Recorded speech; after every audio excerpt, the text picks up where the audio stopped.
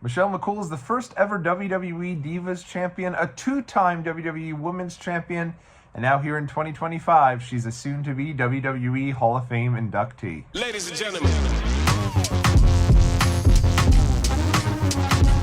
What's up, world? It's your boy Tommy on the spot for Watch Along Wrestling, and I'm a wrestling content creator from Long Island, New York.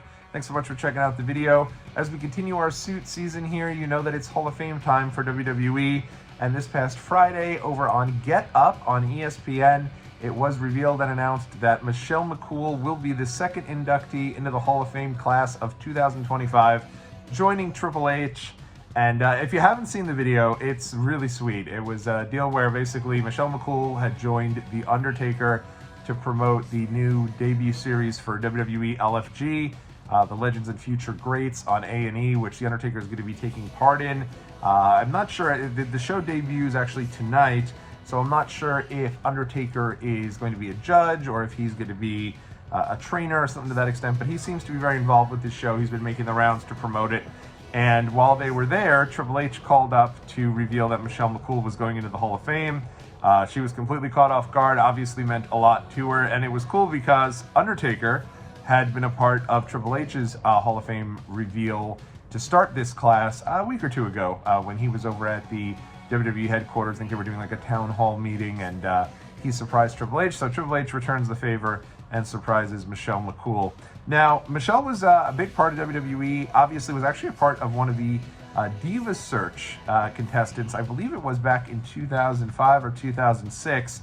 But really stuck with it and wanted to improve in the ring. She trained with WWE and eventually made her way up to the main roster, initially as a valet and then transitioned into the ring herself. And I was actually there the night that she won the inaugural Divas Championship. That's right, the butterfly title belt. And she, I think was a really good choice for the initial championship there. Back then, I feel like the women in WWE were not given the platform that the women have today, that they've worked so hard for and certainly have earned. But back then, the women were given, usually one match per show to go out there. And sometimes they were given, 10 to 15 minutes to have a solid match. Other times, different time in the business, they were out there to certainly entertain. And, maybe you'd have your Santa helper matches, different things to that extent. But again, Michelle McCool, I think, really worked hard to consistently improve. You think about her team eventually with Layla when they made up Lay Cool and eventually became co-holders of the Women's Championship.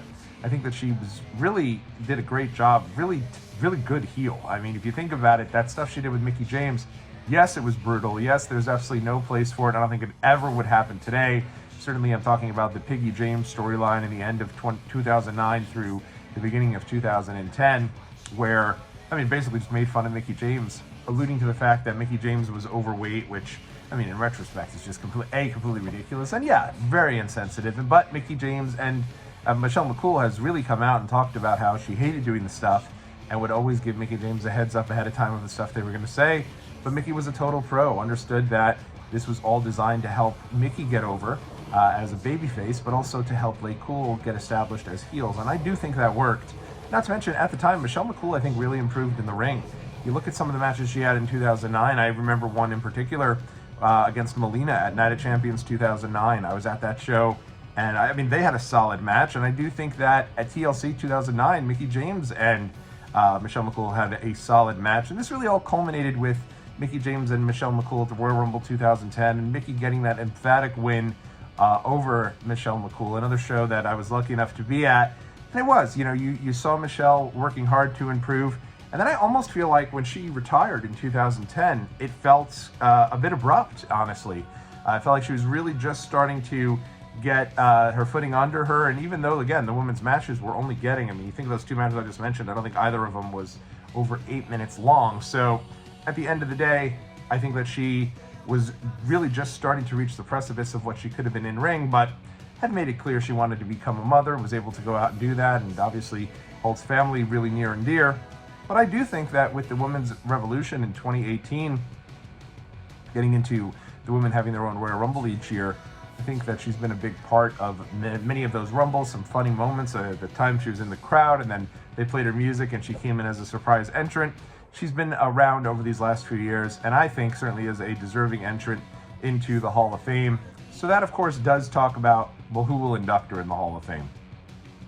Of course, you can go with The Undertaker, obviously her husband, but for me, I don't think Undertaker's going to be the guy to do it. I just think it'll probably be more likely someone that meant a lot to her career. And I actually think this would be a really cool deal to see Layla get involved and be able to induct Michelle McCool into the Hall of Fame. I think the two of them worked well together. I think that they had a really solid piece of business in a time when, you know, we were really in between eras for the women. You know, I think the women had worked to really establish themselves as a big part of the show during that, you know, ruthless aggression era where you had Trish Stratus, you had Lita, you had Victoria, Jazz.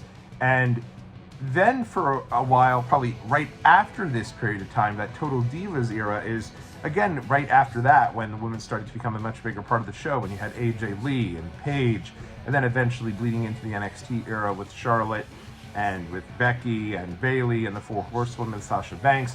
So I think that she was a part of a tough era for the women, where I don't think the women certainly were given the right spotlight that they should have been given. But I think with what she had, she always took advantage of it and made the most of the time, even if it was limited, that, you know, she was able to do. So in any event, I'm excited that she got into the Hall of Fame. I think it is a deserving entrant into the Hall of Fame. Let me know what you think, if you think she should be in, and certainly who you think should induct her into the Hall of Fame. So this leads us now, you've got Triple H, you've got Michelle McCool, and now, of course, the question is, who else is going to be inducted in the Hall of Fame? One of my favorite things of the year is when they continue to reveal some of these Hall of Fame inductees. And obviously, we did hear that the Demolition have signed Legends deals. Now, Demolition signed Legends deals back in, I want to say it was 2009, 2010, when the Legends figures first started coming out. If you remember, Demolition was a part of that. They had Legends figures, but they weren't inducted into the Hall of Fame at that time. So hopefully this is now time. It's been a long time coming, and hopefully they're the next inductees into the Hall of Fame. Let me know what you think. Would you be excited to see the Demolition in the Hall of Fame, Axe, Smash, Crush, or any iteration? And we'll continue to monitor it. And of course, each time there's an inductee, we'll be here to break that down right here on Watch Along Wrestling. Until next time, everybody, have a great rest of the day.